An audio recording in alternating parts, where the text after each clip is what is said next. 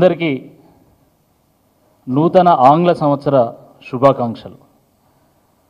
మరీ ముఖ్యంగా కాంగ్రెస్ పార్టీకి, కాంగ్రెస్ పార్టీ నాయకులకు, టీజీపీఎస్సీ వాళ్ళకు కూడా నూతన సంవత్సర శుభాకాంక్షలు. ఎందుకంటే ఇప్పటికే కొత్త సంవత్సరం వచ్చిందని చెప్పి అందరూ పాత క్యాలెండర్లను మారుస్తున్నారు.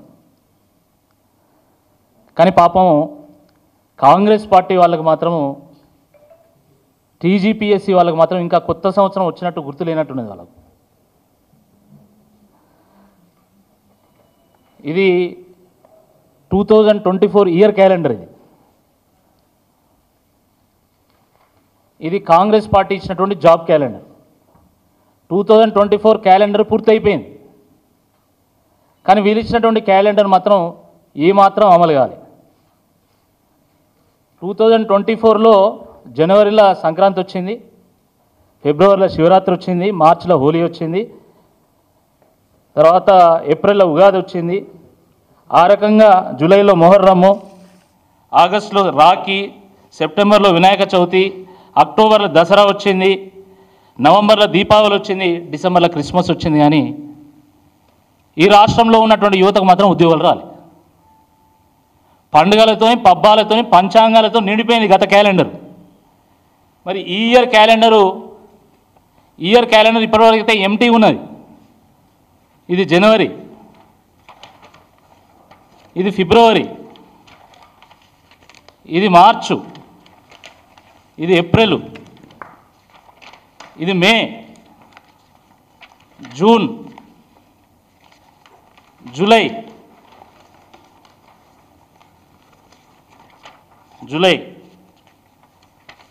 ఆగస్టు, సెప్టెంబర్, ఆ రకంగా అక్టోబరు, నవంబరు, డిసెంబర్ మొత్తం ఎంటీ.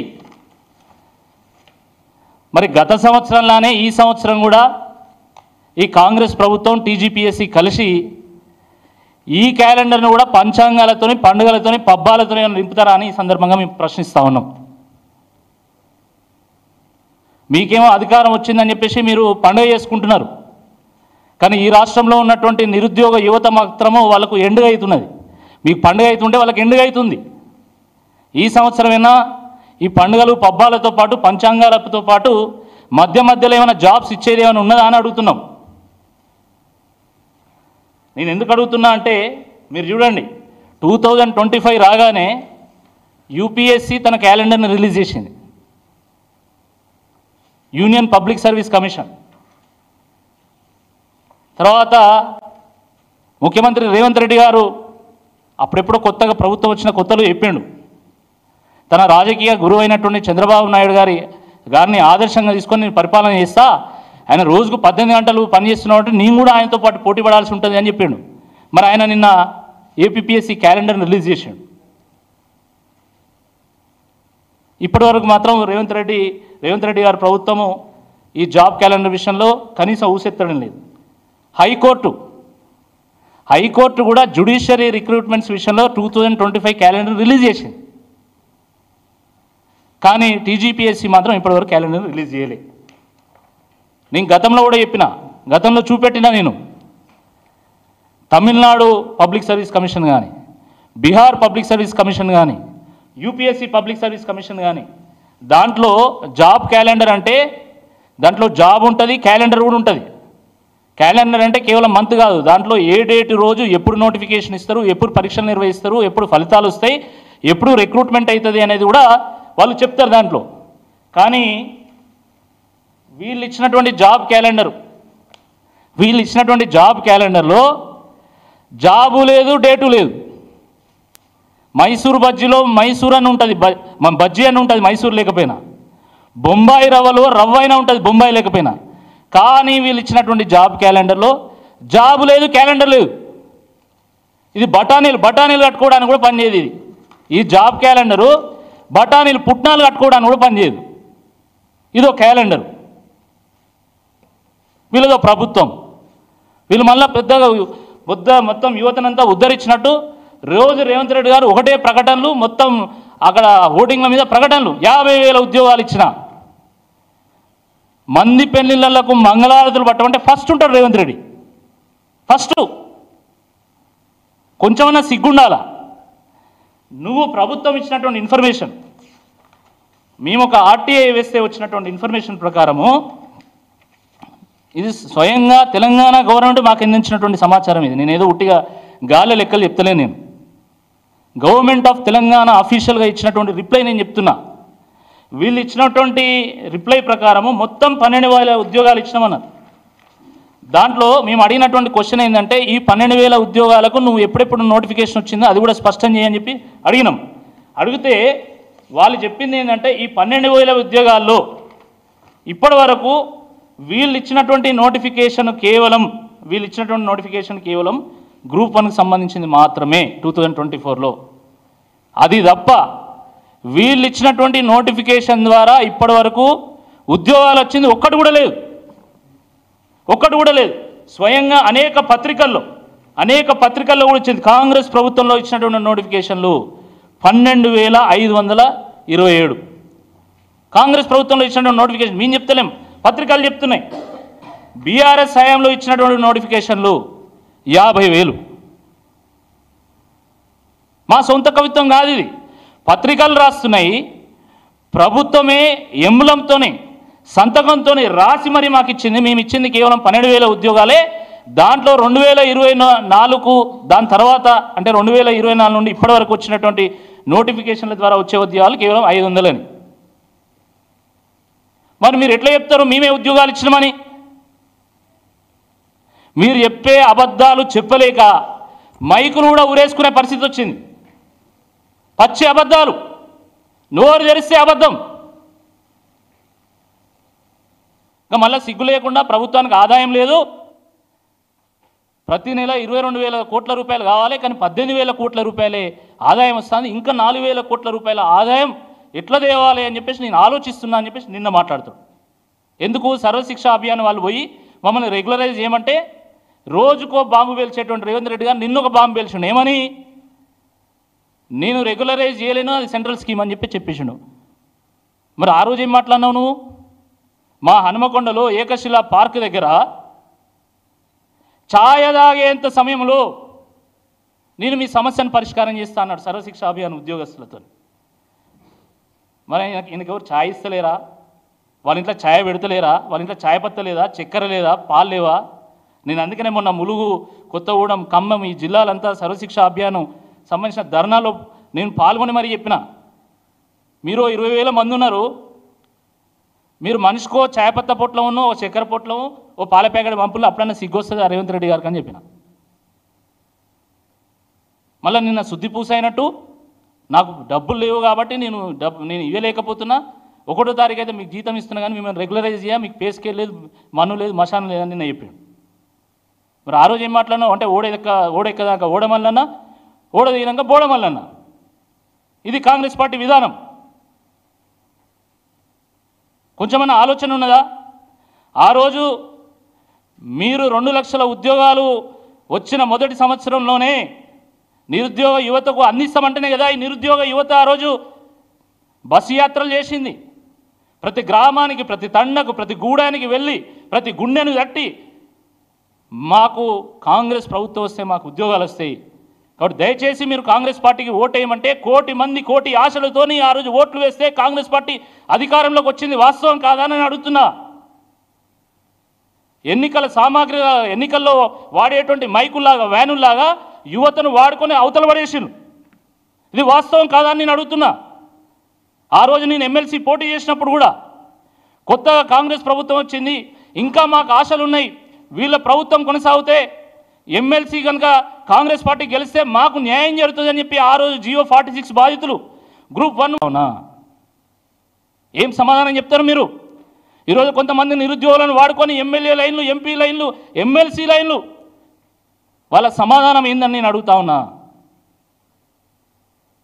ఈరోజు పెద్ద పెద్ద లాయర్లను పెట్టి కోట్ల రూపాయలు వెచ్చించి ఈరోజు నిరుద్యోగులు కోర్టు మెట్టులు ఎక్కితే, ఎందుకంటే ప్రభుత్వం న్యాయం చేస్తలేదు కాబట్టి, ఆ రోజు హామీ ఇచ్చినటువంటి కాంగ్రెస్ పార్టీ కనీసం అపాయింట్మెంట్లు ఇస్తలేదు కాబట్టి వాళ్ళు సుప్రీంకోర్టు మెట్లు ఎక్కి సుప్రీంకోర్టు ఆ తలుపులు తడుతూ ఉంటే మీరు కోట్ల రూపాయలు వెచ్చించి ఈరోజు నిరుద్యోగులను ఓడిస్తూ ఉన్నారు ప్రతి కేసులో. ఇది వాస్తవం కాదా అని నేను అడుగుతున్నా. ఇది మీరు చేస్తున్నటువంటి మోసం కాదా అని నేను అడుగుతా ఉన్నా. జియో 46 విషయంలో ఆ రోజు మీరేం చెప్పింది, ఈరోజు మీరేం చేస్తున్నారు? బీసీ కులగణన గురించి మాట్లాడతారు వీళ్ళు, పెద్ద పెద్ద ఉపన్యాసాలు ఇస్తారు, లెక్చర్లు దంచుతారు అసెంబ్లీలలో. మరి జియో 29 విషయంలో సామాజిక న్యాయానికి మీరు ఎందుకు అడ్డుపడుతున్నారని నేను అడుగుతున్నా. జియో 29ను తీసుకొచ్చి ఈరోజు ఓపెన్ కేటగిరీలో ఎస్సీ ఎస్టీ బీసీలు పోటీ పడకుండా చేసి వాళ్ళ గొంతు నొక్కి వాళ్ళని సర్వనాశనం చేస్తున్నది వాస్తవం కాదని నేను అడుగుతా ఉన్నా. మరి అలాంటప్పుడు జియో 29 మీరు ఎట్లా సమర్థిస్తారు? జియో 55ని ఎందుకు కొట్టేస్తారు? జియో 29 వల్ల ఈరోజు జాబులు కోల్పోతున్నటువంటి ఈ బీసీ ఎస్సీ ఎస్టీ అభ్యర్థులకు మీరు ఇచ్చేటువంటి సమాధానం ఏందని చెప్పి ఈ సందర్భంగా అడుగుతా ఉన్నాను.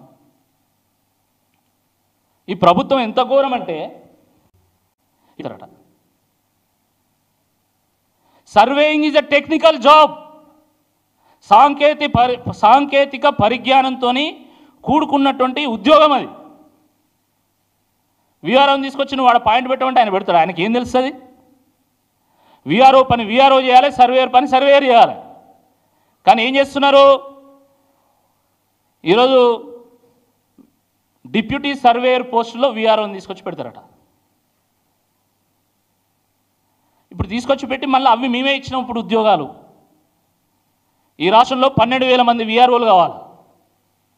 దమ్ముంటే 12,000 మంది విఆర్ఓలకు నువ్వు నోటిఫికేషన్ అయ్యి, పాత విఆర్ఓలు ఆల్రెడీ వేరే వేరే డిపార్ట్మెంట్లో రిక్రూట్ అయ్యి లేదా? ఇప్పుడు వాళ్ళని తీసుకొచ్చి నువ్వు మళ్ళీ విఆర్ఓ పొజిషన్లో పెడితే ఏ డిపార్ట్మెంట్ నుండి వాళ్ళని తీసుకొచ్చినా కూడా మళ్ళీ ఆ డిపార్ట్మెంట్లో అయితే ఖాళీ ఏర్పడుతుంది కదా. మరి దాని నోటిఫికేషన్ సంగతి ఏంది? ఆ ఖాళీలు ఏర్పడినప్పుడు అక్కడ నువ్వు మళ్ళీ కొత్తగా నోటిఫికేషన్ ఇచ్చేది. ఇప్పుడు విఆర్ఓలకే నువ్వు కొత్తగా నోటిఫికేషన్ ఇవ్వచ్చు కదా. ఈ 12,000 విఆర్ఓ పోస్టులకు తక్షణమే నోటిఫికేషన్ విడుదల చేయాల్సిందే. ఈ సందర్భంగా బీఆర్ఎస్ పక్షాన మేము డిమాండ్ చేస్తూ ఉన్నాం. అదేవిధంగా సర్వేయర్ పోస్టులలో బీటెక్ సివిల్ చదివినటువంటి వాళ్ళని కానీ, సివిల్ డిప్లొమా చేసినటువంటి వాళ్ళని కానీ, డ్రాఫ్ట్మెన్ చేసినటువంటి వాళ్ళని కానీ వాళ్ళతోని దీన్ని భర్తీ చేయాలి. కానీ విఆర్ఓలతో ఎట్టి పరిస్థితుల్లో భర్తీ చేయొద్దు అని చెప్పి ఈ సందర్భంగా మేము కోరుతా ఉన్నాము. ఇక నిన్న మొన్న మీకు తెలుసు విద్యుత్ సౌదా దగ్గర ఏఈగా రిక్రూట్ కావాల్సినటువంటి వాళ్ళు ధర్నా చేసిన మొన్న. వాళ్ళ ఫలితాలు వచ్చినాయి, వాళ్ళ సర్టిఫికేట్ వెరిఫికేషన్ అయిపోయింది. ఇక రేపో ఎల్లుండో నియామక పత్రం ఇస్తామని చెప్పి ఇప్పుడు 100 రోజుల నుంచి వాళ్ళకి నియామక పత్రం ఇవ్వలే. నిన్న మొన్న మేము మాట్లాడితే ఇప్పుడు మళ్ళా 6వ తారీఖు వాళ్ళని పిలుస్తానట. అంటే బీఆర్ఎస్ పార్టీ మాట్లాడితే తప్ప ఈరోజు ప్రభుత్వానికి సోయి లేదు. అది నిరుద్యోగుల పక్షానైనా, రైతుల పక్షానైనా, కార్మికుల పక్షానైనా, మహిళల పక్షానైనా, విద్యార్థుల పక్షానైనా బీఆర్ఎస్ పార్టీ మాట్లాడితే తప్ప ఈరోజు ప్రభుత్వానికి సోయి రావడం లేదు. సెల్ఫ్ డిక్లరేషన్ చేయాలట రైతు బంధుకు. రైతు అనే వ్యక్తి ఫస్ట్ రైతును అవమానించింది మీరు.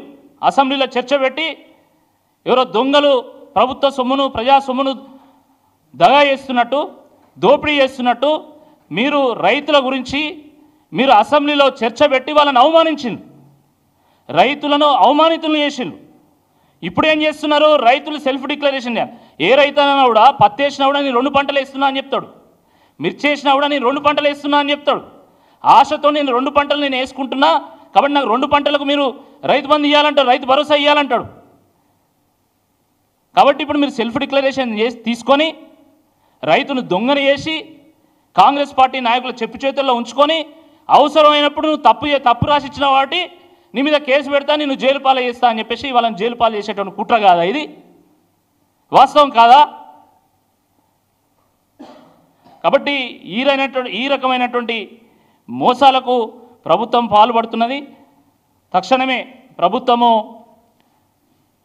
యూపీఎస్సీ మాదిరిగా 2025కు గాను డేట్సు, జాబ్స్తో కూడుకున్నటువంటి ఒక క్యాలెండర్ను రిలీజ్ చేయాల్సిందే ఈ సందర్భంగా మేము డిమాండ్ చేస్తూ ఉన్నాము. మీరు ఇచ్చినటువంటి 2 లక్షల ఉద్యోగాల హామీని కనీసం 2025లో అయినా నెరవేర్చాల్సిందిగా దానికి తగ్గట్టుగానే జాబ్ క్యాలెండరు విడుదల చేయాల్సిందిగా ఈ సందర్భంగా మేము డిమాండ్ చేస్తున్నాం. అదేవిధంగా మరి సర్వేయర్స్ పోస్ట్లో సివిల్ ఇంజనీర్స్నే సివిల్ డిప్లొమా డ్రాఫ్ట్మెన్స్తోనే నింపాల్సిందిగా డిమాండ్ చేస్తున్నాము. అదేవిధంగా జీవో 29 విషయంలో మేము తప్పు చేసినాము, మీ సామాజిక న్యాయానికి కట్టుబడి ఉన్నామని చెప్పి మీరు ఇప్పటికైనా మీరు ఒక ప్రకటన చేయాలి. జీవో 29 వల్ల నష్టపోయినటువంటి అభ్యర్థులకు మీ నుండి ఒక ప్రకటన విడుదల చేయాల్సిందిగా ఈ సందర్భంగా డిమాండ్ చేస్తున్నాము. తప్పకుండా మాకు నమ్మకం ఉన్నది, కనీసం ఈ సంవత్సరం అయినా నిరుద్యోగులకు న్యాయం చేస్తారని, నిరుద్యోగులకు కావాల్సినటువంటి నోటిఫికేషన్లు అవన్నీ విడుదల చేస్తారని మేము నమ్ముతున్నాం. లేదంటే తప్పకుండా మేము బీఆర్ఎస్ పార్టీ పక్షాన మేము నోటిఫికేషన్ ఇస్తాం. రాబోయేటువంటి స్థానిక సంస్థల ఎన్నికల్లో అది సర్పంచ్ ఓట్లు కానీ, ఎంపీటీసీ కానీ, జెడ్పీటీసీ కానీ, మున్సిపల్ ఎన్నికల్లో కానీ మేమే నోటిఫికేషన్ ఇస్తాం. కాంగ్రెస్ పార్టీని బొందబెట్టండి అని చెప్పేసి యువతకు పిలుపునిచ్చేటువంటి ఒక నోటిఫికేషన్ మేము విడుదల చేస్తాం, జాగ్రత్త అని చెప్పి ఈ సందర్భంగా హెచ్చరిస్తున్నాం. క్వశ్చన్స్ ఉంటే అడగచ్చు.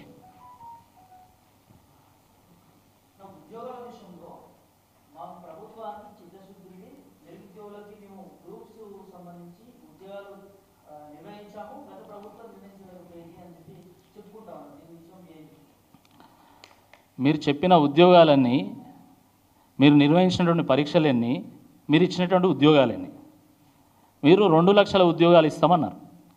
స్వయంగా ప్రభుత్వం మాకు రాసిచ్చినటువంటి ఆర్టీఐ మాకు రాసిచ్చినటువంటి ఇన్ఫర్మేషన్ ప్రకారము వీళ్ళు ఇచ్చింది 12,000 ఉద్యోగాలు. మేము ఆ సొంత కవిత్వం చెప్తలేము, ఆర్టీఐ నేను చెప్తున్నా. వాళ్ళు ఇచ్చింది 12,000 ఉద్యోగాలు. ఈ 12,000 ఉద్యోగాల్లో 2024లో వచ్చినటువంటి నోటిఫికేషన్ ఒకటి. అంటే మరి మీరు ఉద్యోగాలు ఇచ్చినట్ట ఇవ్వనట్ట మీరే చెప్పండి. వివిధ పత్రికల్లో కథనాలు వచ్చినాయి, వివిధ పత్రికల్లో. మరి ఒకవేళ పత్రికలు తప్పు చేసే వాళ్ళ మీద మీరు అనేక కేసులు పెడుతున్నారు, దీని మీద కూడా కేసు పెట్టాలి. ఎందుకు పెడతలేరు మీరు? వీళ్ళు ఇచ్చిన ఉద్యోగాలు కేవలం 12,000 అని చెప్పేసి పత్రికల్లో ప్రకటనలు వచ్చినాయి. మరి ఎందుకు కేసు పెడతలేరు? పెట్టొచ్చు కదా, చాలా విషయాలు పెడతాను కదా. మీకు నచ్చని పత్రికల మీద, జర్నలిస్టుల మీద మీరు కేసులు పెడుతున్నారు, వీళ్ళ మీద కూడా పెట్టాలి. ఎందుకు పెడతలేరు?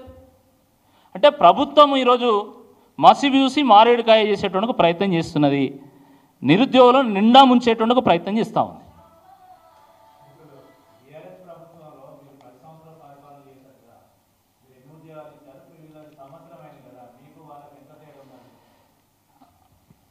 పదేళ్ల పాలన సందర్భంగా బీఆర్ఎస్ 10% కూడా ఇవ్వలేదు మీరు. వాస్తవం కాదా? వాస్తవం. మీ అనేక సందర్భాల్లో కేటీఆర్ గారు ప్రెస్ మీట్ పెట్టి మరీ చెప్పిండు, రిటర్న్గా ప్రెస్ నోట్ ఇచ్చిండు, రిటర్న్గా ప్రభుత్వము టీఎస్పీఎస్సీ ద్వారా కూడా విడుదల చేసింది. దాన్ని మీరు ఎందుకు మీరు పేపర్ పట్టుకొని మీరు ఎందుకు ప్రూవ్ చేయరు? లేదు టీఆర్ఎస్ పార్టీ మీరు అప్పుడు ఉన్నప్పుడు ఉద్యోగాలు ఇవ్వలేదని మీరు ఎందుకు ప్రూవ్ చేయట్లేదు? ఊరికే ఎందుకు మాటలు చెప్తున్నారు? ఆ రోజు ఉద్యోగాలు ఇచ్చింది వాస్తవమే, కానీ యాస్పిరెంట్స్కి ఇంకా ఎక్కువ ఎక్స్పెక్టేషన్స్ ఉండే, ఆ ఎక్స్పెక్టేషన్స్ మీట్ కాలేకపోయింది బీఆర్ఎస్ ప్రభుత్వం. సో ప్రజలు ఓడిచ్చింది. బట్ ఈరోజు 2 లక్షల ఉద్యోగాలు ఇస్తామని హామీ ఇచ్చినటువంటి కాంగ్రెస్ ప్రభుత్వము సంవత్సర కాలంలో ఏం చేసింది? మీరు ఎవరికి ఉద్యోగాలు ఇచ్చింది? దీని మీద చర్చ జరగాల్సినటువంటి అవసరం ఉంది.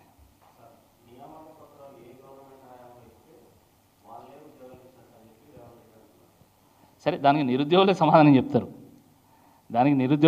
చెప్తారు.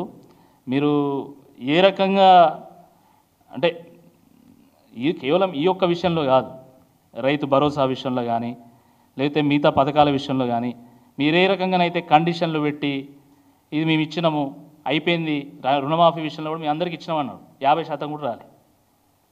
ఏ రకంగానైతే మీరు ప్రకటనలు ఇస్తున్నారో జాబ్ల విషయంలో కూడా అట్నే మీరు ప్రకటన ఇస్తున్నారు. కానీ వాస్తవం ఏందో ఉద్యోగాల కోసం ఎదురు చూస్తున్నటువంటి యువత అనుభవంలో ఉంది. వాళ్ళు కదా సమాధానం చెప్పాల్సిందే. ఈరోజు ప్రభుత్వం 12 నెలల్లోనే ఇంత ఆభాస్పాలు ఎందుకైంది? మీరు ఇచ్చేటువంటి ప్రకటనలో చిత్తశుద్ధి లేదు, నిబద్ధత లేదు, ప్రజలు మిమ్మల్ని నమ్మట్లే. అందుకే కదా ఈరోజు ఇంత పెద్ద ఎత్తున వ్యతిరేకత వస్తున్నది. ఆ వ్యతిరేకత యొక్క ప్రభావం ఏంటిది అనేది రాబోయేటువంటి స్థానిక ఎన్నికల్లో మీరు చూస్తారు.